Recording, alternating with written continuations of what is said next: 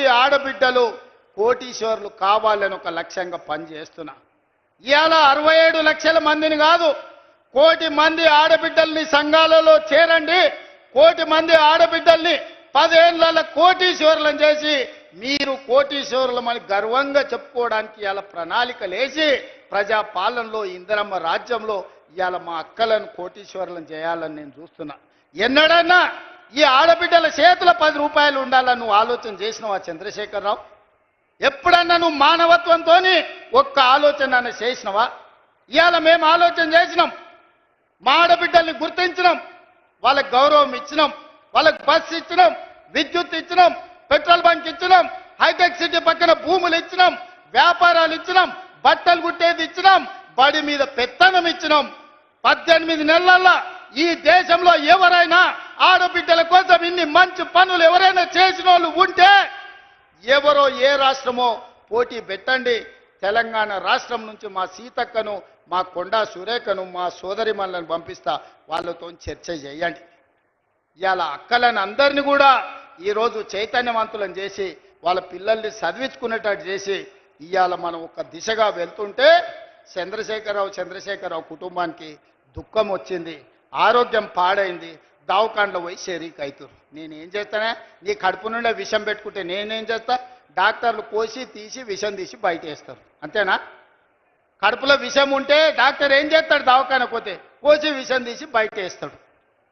కడుపులో కంతి అయితే ఏం చేస్తారు? అక్క దవాఖానకు పోతే మనకు తెలుసు కదా ఊర్లలో, కడుపులో గడ్డ అయింది అనుకో, ఆ గడ్డ కోసి తీసి బయట వేస్తారు. మీ కడుపులో విషం నింపుకుంటే ఏం చేస్తారు? దవాఖానకు పోతే కోసి బయట వేస్తారు. ఇలా కడుపు నిండా విషం పెట్టుకొని మా ఆడబిడ్డల అభ్యున్నతి మీద ఇవాళ దుఃఖం గురించి మాట్లాడుతారు. ఇక నిరుద్యోగ యువకులు, ఆనాడు అగ్గికి ఆవుతైన వాళ్ళు కొందరు, ఉరి కొయ్యలకు వేలాడి ఉరేసుకున్న వాళ్ళు ఇంకొందరు, రైలుకు ఎదురేగి ప్రాణ త్యాగాలు చేసిన వాళ్ళు ఇంకొందరు. తెలంగాణ ఉద్యమంలో ఉస్మానియా కాకతీయ యూనివర్సిటీల విద్యార్థులు వీరులై ఆకాశానికి ఎగిరినరు, తారలై ఆకాశంలో మెరిసినరు తెలంగాణ రాష్ట్రం కోసం. వాళ్ళు కొట్లాడిందే కొలువుల కోసం. 2 లక్షల కొలువులు ఖాళీలు ఉంటే ఆ కొలువులు నింపలే. నీ బిడ్డ ఎంపీ కొడిపోతే ఎంబడే ఎమ్మెల్సీ ఇచ్చినావు.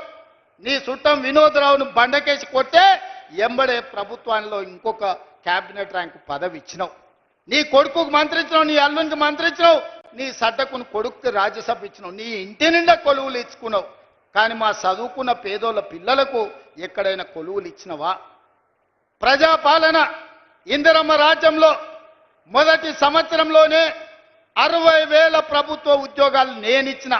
ఎల్బీ స్టేడియంలో లెక్క తప్పంటారని, తప్పుడు కూతలు కూస్తారని కుటుంబాలతో సహా ఉద్యోగాలు వచ్చిన పిల్లల్నే కాదు వాళ్ళ తల్లిదండ్రులను కూడా పిలిపించి ఎల్బీ స్టేడియంలో మేము ఎక్కడ ప్రమాణ స్వీకారం చేసినామో గక్కనే 60,000 మంది ప్రభుత్వ ఉద్యోగాలు కొలువులు ఇచ్చి 60,000 ఉద్యోగాలు ఇచ్చిన లెక్క కట్టుకో.